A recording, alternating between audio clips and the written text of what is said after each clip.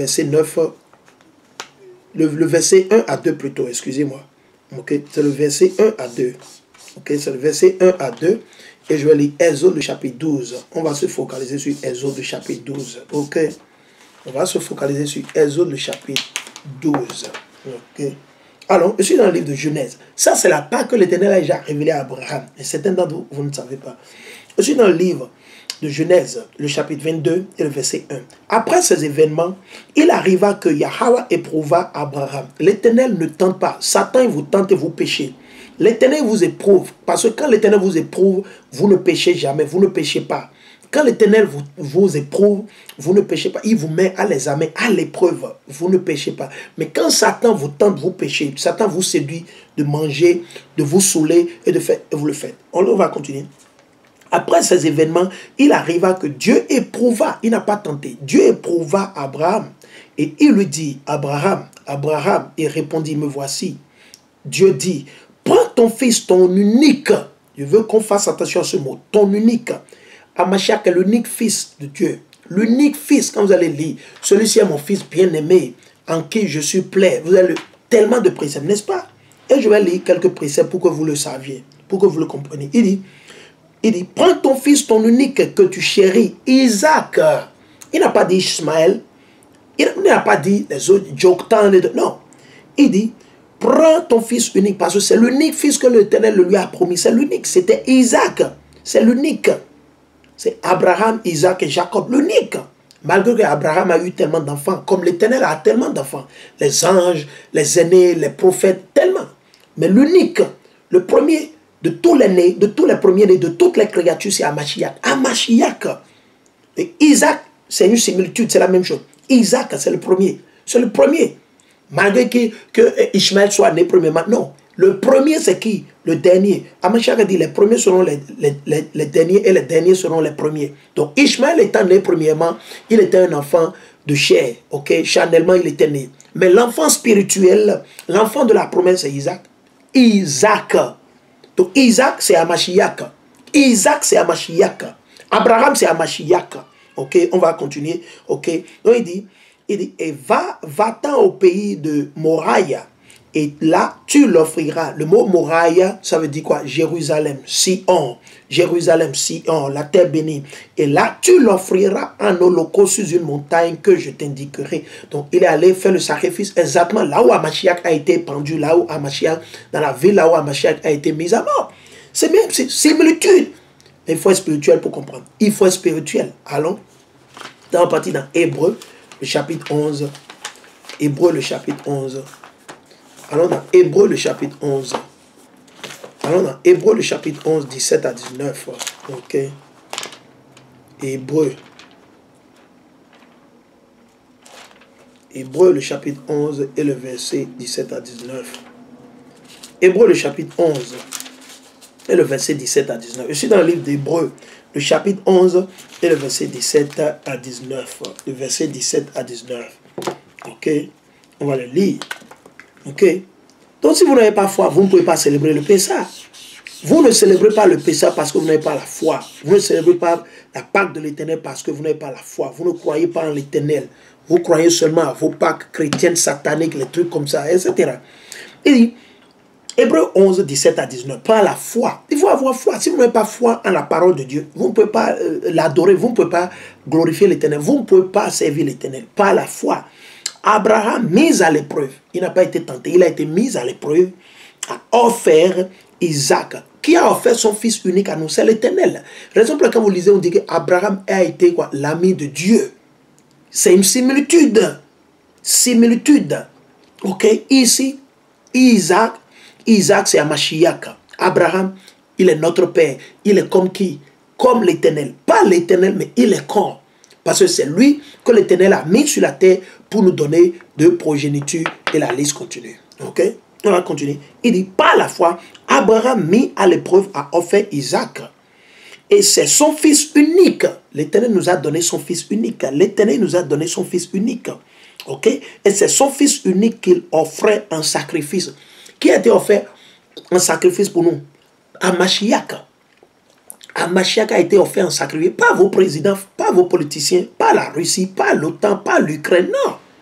ok, pas votre papa, lui qui était le dépositaire des promesses, le dépositaire des promesses, il faut comprendre, le dépositaire des promesses, lui à qui il avait été dit, c'est par Isaac, c'est par Mashiach, c'est par Isaac que tu auras une postérité, c'est par Isaac qu'on aura une postérité, c'est par Mashiach qu'on aura une postérité, c'est par Mashiach qu'on sera sauvé, qu'on sera racheté, ok? Dieu pensait-il est capable même de ressusciter les morts. C'est pour cela qu'il recouvra son fils. Et ce fut un symbole. C'est ce que je vous dis, c'est un symbole. Dieu recouvra son fils. Quel fils? Mashiach. Celui que le monde appelle ignoramment Jésus-Christ. Ok, Jésus-Christ. Ok, allons. On va partir dans Colossiens 1 et le verset 15. Colossiens 1, 15, on va le lire suivant. Épître de Paul aux Juifs qui vivaient à Colosse.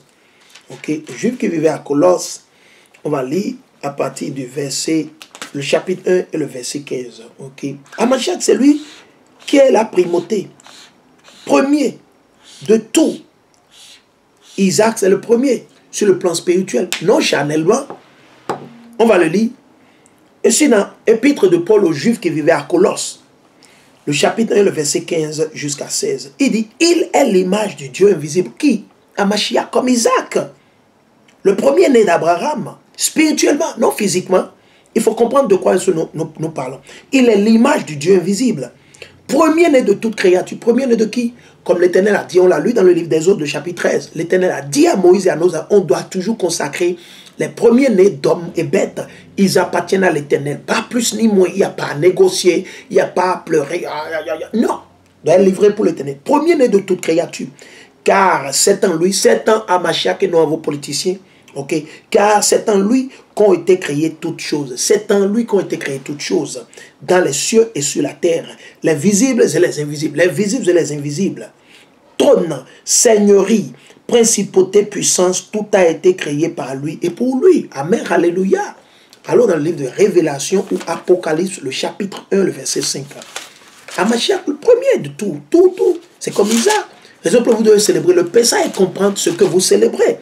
Il ne faut pas juste aller vous planquer là, vous mangez le mouton rôti et vous êtes juste là en train de bourrer votre ventre. Non, le Pessah de l'Éternel a un sens, il y a un pouvoir, il y a une guérison dedans. Il y a une guérison, une délivrance qui vient sur vous, dans votre vie, dans votre maison. La maison là où cette fête sera célébrée, il y a la puissance de l'Éternel qui jaillit, qui tombe sur cette maison. C'est important. Ok, donc on va le lire. Apocalypse, le chapitre 1, ou Révélation pour certains d'entre vous. Apocalypse 1, le verset 5, on va le lire. Apocalypse 1, 5. Et par Mashiach, le témoin fidèle, le premier-né d'entre les morts, le premier-né d'entre les morts, le premier-né d'entre les morts, le prince des rois de la terre, le prince des rois de la terre. Ok, il nous aime et nous a lavé de nos péchés par son sang. Par son sang, il a fait de nous une royauté de prêtres pour son Dieu et Père. À lui donc la gloire et la puissance pour les siècles des siècles. Amen. Donc c'est important, vous avez vu, par son sang. Par son sang. Raison pour laquelle vous devez célébrer quoi? La Pâque, le Pessah. Allons maintenant dans le livre des Odes. Je suis dans le livre des Odes. Je suis dans le livre des Odes, le chapitre 12. Exode 12 et le verset 1. Yahweh dit à Moïse et à Aaron au pays d'Égypte, ce mois sera pour vous en tête des autres mois. Le mois dans lequel nous célébrons la Pâque ou le Pessah de l'Éternel, le passage de l'Éternel au-dessus de la terre des Égyptiens. C'est dans ce mois, c'est ce mois qui sera le premier des mois. Et nos janvier et nos décembre. Le premier de ces mois. Le mois. Et la belle preuve, vous les chrétiens, vous ne comprenez même rien. Vous allez célébrer votre Pâque satanique que vous célébrez dans le mois d'avril. C'est-à-dire que vous-même, vous ne comprenez pas ce que vous êtes en train d'adorer. Vous ne savez pas. Vous ne savez pas ce que vous avez pas. Si vous le savez, vous ne serez pas en train d'agir de la manière dont vous agissez. Vous devez vous questionner. Ah, la Bible a dit dans Exode 12 que la Pâque sera célébrée dans le premier mois. Donc, pourquoi on ne célèbre pas la Pâque dans janvier? Parce que si janvier réellement, effectivement, est le premier mois, selon la parole de Dieu, la vérité, vous devez normalement célébrer la Pâque en janvier. Mais vous ne célébrez pas la Pâque en janvier. Vous allez célébrer la Pâque en avril. Ce qui veut dire que votre janvier que vous suivez là, ce n'est pas le premier mois de l'année. C'est-à-dire on vous a déçu, quelqu'un vous a violé, quelqu'un vous a séduit et vous avez été mis au tombeau à la mort. Il faut comprendre, ok? Il faut comprendre, ok? Il faut comprendre. Yahweh dit à Moïse et à Aaron au pays d'Égypte. Ce mois sera pour vous en tête des autres mois. Il sera pour vous le premier mois de l'année. Le premier mois de l'année. Le premier mois de l'année. Parlez à toute la communauté d'Israël et dites-lui à toute la communauté. Nous parlons à tous nos frères, ceux qui sont en Afrique, ceux qui sont au Bénin, au Togo, au Nigeria, en Guinée, au Cameroun, au Congo, Kinshasa, Congo, Brazzaville, ceux qui sont au Gabon, au Libreville, ceux qui sont au Cameroun, ceux qui sont en Haïti, ceux qui sont en France, ceux qui sont à Bordeaux, ceux qui sont à Toulouse, ceux qui sont à Nantes, ceux qui sont au Brésil, ceux qui sont au Mexique, et la liste continue. Nous parlons à tous les 12 tribus d'Israël, que vous parlez espagnol, anglais, chinois, ce message vous appartient. Quelle que soit la langue que vous parlez, c'est vous les Israéliens, c'est nous le peuple de Dieu que nous devons observer et célébrer le Pessah. On doit se séparer de ces nations et abandonner leurs fêtes sataniques qu'ils ont créées pour nous tuer, nous exterminer. On doit suivre notre Dieu, le Dieu de nos aïeux, le Dieu d'Abraham, d'Isaac et de Jacob. Raison pour laquelle c'est important, c'est très très important d'observer le Pessah. Si vous l'avez raté, vous pouvez le célébrer dans le deuxième mois. Et je vais aller là-dessus par la grâce de Dieu. Si vous l'avez raté, si vous n'êtes, c'est déjà trop tard aujourd'hui pour vous passer le Pessah. Nous allons l'observer le 14 de ce mois.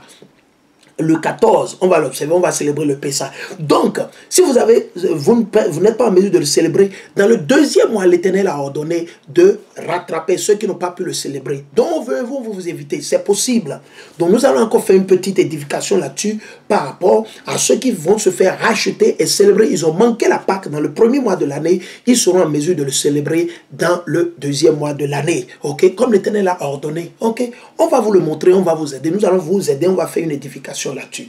Nous allons continuer. Il dit ce mois, ce sera en tête des autres mois. Il sera pour vous le premier mois de l'année. Parlez à toute la communauté d'Israël et dites-lui, le 10 de ce mois, le 10e jour, ok, c'est-à-dire le soir du coucher du 9e jour, c'est déjà le 10e jour, ok, le 10 de ce mois, que chacun prenne une tête de petit bétail par famille, une tête de petit bétail par maison, compte tenu de la maison. Si la maison est trop peu nombreuse pour une tête de petit bétail, on s'associera avec son voisin le plus proche de la maison. Donc, vous associez avec votre frère ou la maison voisine, vous entendez eux-mêmes ça, vous leur expliquez, ils savent, ok, vous associez, vous mettez l'argent ensemble. Si c'est un mouton, c'est 2 moutons dont vous avez besoin pour toute la famille. Si c'est 3 moutons, vous associez, vous le faites, de telle sorte que tout le monde puisse manger bien et que tout se passe en bonne et due forme. Il dit, le plus proche de la maison, selon le nombre de personnes, vous choisirez la tête de petit bétail selon ce que chacun peut manger. Selon ce que chacun peut manger.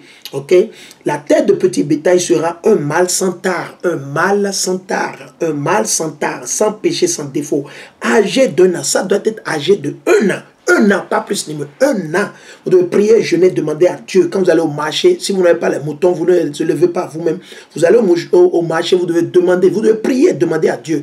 Demandez à Dieu de vous guider. Vous demandez un mouton de 1 an. Pas un mouton seulement de 1 an. Pas. Vous cherchez un mouton sans défaut de 1 an, pas plus ni moins. Ok? Il dit, vous la choisirez parmi les moutons. Ok? Vous la choisirez parmi les moutons ou les chèvres, parmi les moutons, les chèvres, les agneaux, ok, les agneaux, les moutons, les chèvres, ok, mais c'est le mâle et non la femelle, le mâle de 1 an avec les testicules sans défaut, on ne doit pas lui couper l'oreille, les yeux, il manque le nez, on lui appelle, non, rien de tout ça, on va continuer, il dit, vous la garderez jusqu'au 14e jour de ce mois, et toute l'assemblée de la communauté d'Israël l'égorgera au crépuscule, avant que le soleil n'aille au coucher. On prendra de son sang et on mettra sur les 2 montants et le linteau des maisons où on le mangera. C'est ce que l'Éternel a dit. Cette nuit-là, on mangera la chair rôtie au feu. On mangera la chair rôtie au feu. La chair doit être rôtie au feu. Ok, on mangera la chair rôtie au feu. Ok, rôtie au feu. On la mangera avec des azimes. Les azimes, c'est les pains sans levain. Les pains sans levain. Donc, vous devez commander les pains sans levain si vous ne pouvez pas les fabriquer. Vous-même, si vous ne pouvez pas le faire, si vos femmes ne veulent pas servir l'Éternel, ils ne veulent pas aider dans le service de l'Éternel, ils ne veulent pas le faire. Ok, vous êtes obligé de payer les bonnes dames ou quelqu'un pour le faire pour vous. Ok, mais normalement, c'est le boulot des femmes. C'est leur boulot. Se lever le plus vite, faire, ils n'ont qu'à faire la pâte, faire tout et préparer, boum, et les pains sans levain sont prêts, en quantité. Et on doit faire en quantité de telle sorte que tout le monde peut en avoir chez lui. Et c'est ça, nous allons manger pendant 8 jours en général. Le jour du Pessah et 7 jours en plus, ok? Ok, on va continuer. Il dit, cette nuit-là, on mangera la chair rôtie au feu, on la mangera avec des azimes et des feuilles et des herbes amères. Les herbes amères, les feuilles amères. N'en mangez rien cru. Ni bouillir dans l'eau. On ne doit pas bouillir. Oh, rien de tout ça. Pas de bouillir. Mais rôti au feu avec la tête, les pattes et les tripes.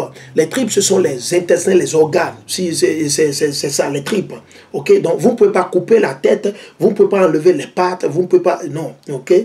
Vous n'en réserverez rien jusqu'au lendemain. On ne doit pas réserver. Vous ne pouvez pas prendre la viande et amener ça à votre papa. Vous ne pouvez pas prendre un morceau et amener ça à vos enfants à la maison. Vous ne pouvez pas prendre la viande et amener ça à votre belle-mère, à votre beau-père. Non, rien de tout ça. Non. S'ils ne viennent pas célébrer, ça dit qu'ils ne connaissent pas Dieu. Ils ne veulent pas être sauvés. Quiconque ne célèbre pas le Pessah, ça dit la personne ne veut pas être sauvée. La personne ne connaît pas Mashiach.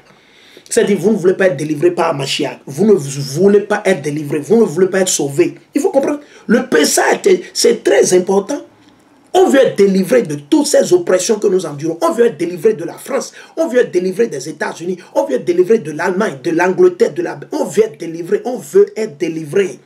On veut être délivré de vos présidents au Bénin, au Ghana. On veut être délivré. Qui d'entre vous ne veut pas être délivré? Ça n'engage que vous. Mais nous, on veut être délivré. Nous en avons marre. Trop, c'est trop. On veut être délivré. Raison pour laquelle nous obéissons à la volonté de Dieu, à la parole de l'Éternel, à ses lois et à ses commandes. Il faut